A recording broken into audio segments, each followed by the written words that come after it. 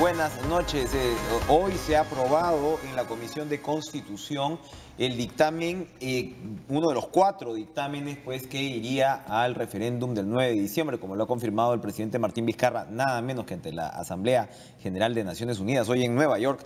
Y bueno, el dictamen que se ha aprobado, que será llevado al Pleno, es la ley pues, que modifica el artículo 35 de la Constitución Política para regular el financiamiento de organizaciones políticas. Estamos con el congresista Alberto Quintanilla de Nuevo Perú, a quien le damos la bienvenida. Gracias por estar con nosotros, congresista. Buenas noches, gracias por la invitación. Un saludo a todos los amables televidentes. Muchas gracias por acompañarnos. Lo que le decía yo fuera de cámaras, que me ha sorprendido que se introduzca esta modificación sumamente importante, trascendente, que establece, pues, y esto no estaba en el proyecto del Ejecutivo, no solo se autoriza en campaña, se entiende, la difusión de propaganda electoral en medios de comunicación radiales y televisivos mediante financiamiento público indirecto en la forma prescrita por ley. Es decir, a partir de ahora las campañas electorales, ¿esto se limita a las presidenciales o estamos hablando de todas las campañas? No, estamos hablando de todas las campañas, por lo menos en la forma como está redactado. Básicamente, ¿no? Lo que hace es ampliar el concepto de franja electoral, ¿no? Para que únicamente el Estado pueda financiar y nos imaginamos pues repartir equitativamente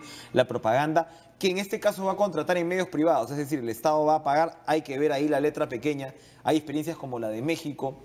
La lideresa de su partido, Verónica Mendoza, hace algunas semanas hablábamos sobre esto precisamente, donde hay incluso intercambios por créditos tributarios de repente. ¿Usted está de acuerdo con esta modificación? Bueno, nosotros como Nuevo Perú sí estamos de acuerdo con esta modificación, porque esto nos hace más uniformes. Y evita, digamos, de que haya campañas millonarias o con gastos excesivos, ¿no? Porque lo que ocurre es que el apetito por dinero, sobre todo en rectas finales de campaña, podemos comparar incluso la plata que entró de Odebrecht a los partidos políticos en algunos casos con la necesidad que había de dinero para este rush final, y se va a entender en buena medida esta demanda, ¿no? Mire, yo creo que lo que está ocurriendo en el país, que es que venimos de una situación que se ha descubierto la corrupción y la influencia del dinero en las campañas políticas, ¿no? Entonces se está un poco corrigiendo, yendo a un extremo ya de limitar y regular prácticamente todo. En su opinión personal, ¿debió haber algún tipo más de libertad para contratar publicidad privada? Más de márgenes, poniendo ciertos parámetros, ¿no? O sea, limitar el financiamiento, una campaña excesiva, señalando quiénes son los financistas, viendo, digamos, un financiamiento claro y transparente a través de una bancarización, etcétera, etcétera, pero creo yo, digamos, que se está un poco yendo a una sobreregulación después de que venimos de un escándalo de corrupción, ¿no? Es una respuesta, también es una reacción a todo esto. Ahora, el financiamiento de los partidos obviamente no se limita a esto, ¿no? Sí se permite financiamiento privado, ¿no? Público y privado, no corporativo, dice, ¿no? De los partidos políticos, ya de acuerdo a ley. Pero bueno, este cambio de campaña es bastante grande, ¿no? Es bastante importante. Ahora, por ahí estaba viendo que se eliminaba, porque no tengo todavía el texto completo, pero Richard Acuña no ha puesto un resumen del texto sustitutorio, ¿no? Bueno, por el otro lado hay congresistas que han dicho que no se está bancarizando todos los aportes, ¿no? Como obligación. El señor Arana lo ha dicho, entre otros, eso estaba en el proyecto original del Ejecutivo. Los apristas y otros partidos han dicho, oye, tampoco tienes que ir del extremo de bancarizar hasta el último sol. ¿Allí qué opina usted, congresista Quintanilla? Bueno, yo sí estoy de acuerdo con que debe bancarizarse, pero poner montos mínimos, ¿no? Es más o menos como en el aspecto, digamos, de las facturas, el comprobante de pago, hay límites en los cuales es obligatorio, sí, emitir un comprobante de pago de determinado tipo, y otros, digamos, en las cuestiones pequeñas no. Pero, en fin, si es que esto va a obligar a ser más transparente, debe ser un mecanismo que puede ser aceptado positivamente. Lo que decía es que se elimina, al parecer, la parte del acceso gratuito a los medios de comunicación del Estado. Es decir, acá tenemos franja electoral, el programa está precedido, de hecho, por algunos segundos de franja electoral, y esto pareciera que se elimina. Entonces, la franja electoral pasa a ser esta contratación de publicidad privada por parte del Estado. Me imagino que todavía hay aspectos que pulir, ¿no? O sea, no sé si el texto sustitutorio es completo, ¿no? Bueno, lo que pasa es de que nosotros estamos yendo también a una sobre-reglamentación de la Constitución. Que es también riesgoso, ¿no? Es también riesgoso porque hay que dejar cierto grado de desarrollo a las leyes de desarrollo constitucional y a la normatividad que dé el propio Jurado Nacional de Elecciones, porque si vamos a poner todo y hasta los mismos detalles, estamos yendo a una sobreregulación en la Constitución, lo cual no La Constitución es el título grande que se supone que se desarrolla pues, en la letra chiquita, ¿no? De las leyes orgánicas y demás. Pero, claro, ya pasamos dos, que son los dos relativamente fáciles, si se quiere, que es el CNM, que ahora es la Junta Nacional de Justicia, y este tema del financiamiento, con el cual básicamente todo el mundo pues tenía que estar más o menos de acuerdo.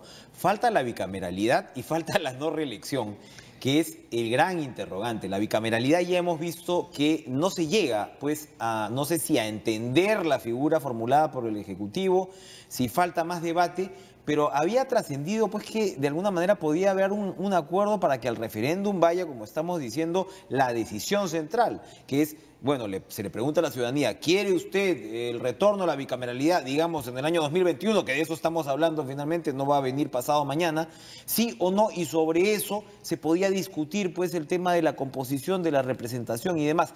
Estamos encerrados ahora mismo en una suerte de prisión de debate con respecto a Yo creo esto. que ahí chocamos con el proyecto del Ejecutivo, el inicial, respecto, digamos, al número de congresistas, decía que eran 130, 100 diputados y 30 senadores, y luego hablaba de macros y microdistritos. Y si uno ve, digamos, y compara, por ejemplo, actualmente Lima tiene 36 va a tener 17, ¿no? En el caso de los diputados. Va a tener 17 más 5 serían 22. De todas maneras, se disminuye la representación. Creo, digamos, que esos temas debieron ser manejados con mayor prudencia y dejarlos, además de decir en la Constitución, vamos a una bicameralidad, el desarrollo dejarlo, digamos, para ser debatido con mayor prudencia. No ha sido muy prolijo el Ejecutivo a la hora de presentar este proyecto. Y yo creo que en la generalidad de los 4 proyectos no ha sido, digamos, muy cuidadoso. Ha habido incluso de contradicciones en la propia redacción, en el propio texto hablaban de bicameralidad y luego hablaban de congresistas. Bueno, todo eso, digamos, ha tenido que, debería ser discutido con mayor detenimiento en un desarrollo constitucional. En la formulación de la cuestión de confianza está entendido que la aprobación del 4 de octubre tiene que incluir estos detalles mínimos, o podríamos dejar ventanas un poco para pulir esto con mayor precisión.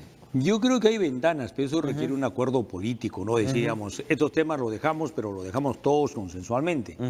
Una de las dificultades, y esa fue una protesta de Nuevo Perú, particularmente de nosotros, en el sentido de que debió votarse un texto, porque y leerse, simplemente se dijo, hay un texto aceptado por los voceros y los voceros ya tienen conocimiento y ellos deben informarles. Eso era una irregularidad que ha cometido Daniel Salaverry en el momento de la votación, que da lugar ahora a que unos interpreten de que sí tienen que ser las 4 leyes, los proyectos de ley presentados por el Ejecutivo, resueltos antes del 4 para ser consultados. Y otros que dicen que no, como la congresista Úrsula Letona, que dice que la cuestión de confianza en realidad no implica la aprobación de proyectos de ley. Porque en la carta que manda el Ejecutivo dice, son 2 líneas de acción. En el plan que se presentó, digamos, en un decreto determinado respecto a la política de Estado, y el texto dice que se concretizan en los proyectos de ley presentados. O sea, que no hay una reacción explícita, pero lo que es cierto sí es de que hay el compromiso de todos de que antes del 4 deben estar votados y resueltos los temas. Pero insisto, no se podría llegar a un proyecto de ley aprobado que diga, bueno, Perú contará con 2 cámaras. Pero eso requiere, digamos, porque ahí hay un problema ahí. El Ejecutivo la tiene clara, se lo pregunto porque en algún momento congresistas que participaron en la reunión con el presidente Martín Vizcarra, no sé si fue su caso, dijeron que el presidente no puso como, digamos, no hizo cuestión de Estado ni siquiera sobre el número de congresistas, ¿no? y el tipo de distribución. Sin embargo, esto parece ser distinto ya con la presentación del Premier, que volvemos a este nivel de detalle que, como decimos, pues ha sido criticado en algunos círculos políticos. Yo estuve en la reunión con el presidente porque yo soy uno de los voceros. Cuéntenos, por favor. Pero no fue exactamente explícita las situaciones, ¿no? O sea, ahí era más o menos, ya se ha llegado a un acuerdo, el compromiso hasta el 4, la Junta de Portavoces se ha comprometido y estamos satisfechos y esto abre el camino. Fue una situación mucho más de ratificación, no se entró a debatir detalles.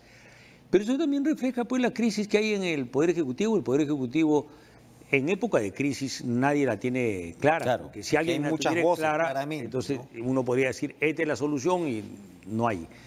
Espero, digamos, de que haya Estos proyectos han sido cocinados con varias cucharas, al parecer. Y yo creo que han sido cocinados con varias cucharas. No sabemos muy bien quiénes son los cocineros tampoco. Tampoco, y hay contradicciones en la propia redacción, entonces todo eso tiene que corregirse.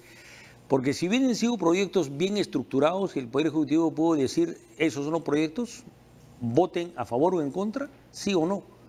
Lo que va a ser presentado en el referéndum como una votación previa en el Congreso. Porque ciertamente, digamos, aquí, si vamos a eso, vamos a aprobar proyectos de ley contradictorios en sí mismos. Entonces se acepta la necesidad de reformularlos. Ahora, yo sí creo que es una buena ocasión para que las fuerzas políticas del país lleguen a un acuerdo de qué cosas van a ir al referéndum, o aprobados en esta oportunidad ir al referéndum, y otras, como bien señala usted, ser desarrolladas en un desarrollo constitucional posterior. Pero eso requiere el acuerdo y el compromiso, incluido el gobierno. Y al parecer el gobierno está ajustando para decir, aprueben, aceptando y reconociendo que sus proyectos de ley tenían que ser perfeccionados. Así es. Para terminar, congresista, porque, claro, yo estaba pensando, la pregunta del referéndum, el sentido común te dicta decir, bueno, será bicameral y, como decíamos fuera de cámaras, no será más del presupuesto del Congreso actual, o claro, 0.4% del PBI o 0.5. No, 0.4 del presupuesto nacional. Del presupuesto nacional. Entonces, y yo creo, digamos, que hasta ahí debía hacerse, pero eso requiere porque un acuerdo. ¿Qué pasa si el Ejecutivo dice, si se señala eso, es lo que yo no planteé? Porque eso no lo ha planteado al comienzo. Entonces, dice, no hay que... La famosa desnaturalización. Y cómo se activa la cuestión de confianza. Para terminar, la no reelección, ¿no? Ese va a ser, ese cuarto round, yo quiero ver cómo va a ser, porque a diferencia de la bicameralidad es mucho más sencillo, pero es pues lo más resistido por los parlamentarios. Es ciertamente lo más resistido y lo que puede dar lugar a un desbande en el propio Fuerza Popular, porque eso es lo que los mantiene unidos por ahora. Ciertamente, digamos, ese es un punto bastante sencillo en decir si hay reelección o no reelección, pero en las motivaciones va a ser bastante complejo y en los acuerdos previos bastante complejo. Es muy importante para Fuerza Popular el tema de la reelección, ¿no? Yo creo probablemente más que a otros, incluso la propia bancada es lo que te da la cohesión. Para mantener la cohesión. Nosotros creemos que siendo un partido poco programático, porque digamos, no se entiende cuál es su programa, cuál es la propuesta de país que tienen y que la tengan en cara a todos ellos, sino es una suma más de intereses de mediano y corto plazo. Es más fácil, digamos, a una fuerza programática como puede ser el APRO, como puede ser la izquierda, tener las cosas claras que en un partido que suma de intereses como Fuerza Popular, ¿no? Congresista Alberto Quintanilla, muchas gracias por acompañarnos esta noche. Es complejo todavía el debate, falta mucho pan por rebanar en los próximos 10 días. Ya nosotros vamos a ir a una pausa y regresamos con más en Cara a Cara. No sé.